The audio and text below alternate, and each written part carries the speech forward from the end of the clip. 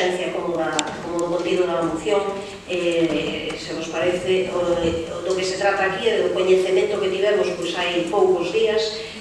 da pretensión da Compañía de Radio e Televisión Galega de suprimir as desconexións locais, no caso da nosa provincia que afectarían tanto a Santiago de Compostela como a Coruña Ferrol, a partir do mes de setembro da súa nova programación e tamén de retirar tamén da súa grella de programación o Diario Cultural.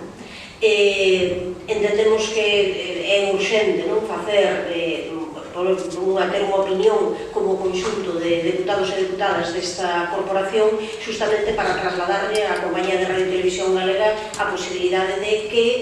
reconsidere esta posición e de que se dea conta da importancia que teñen para o conxunto da poboación ter desconexións locais. Realmente as desconexións locais nos servizos informativos son elementos fundamentais de proximidade da poboación que pode escoitar de primeira man aquelas persoas, aqueles axentes desde o punto de vista social, desde o punto de vista político que están realizando diferentes actuacións nos seus concellos, nas súas comarcas. É unha maneira, ademais, de ter pluralidade informativa e, ademais, a razón de ser mesmo da propia Radio Galega, porque se algo ten de originalidade, de diferente, é esa posibilidade de falar do próximo.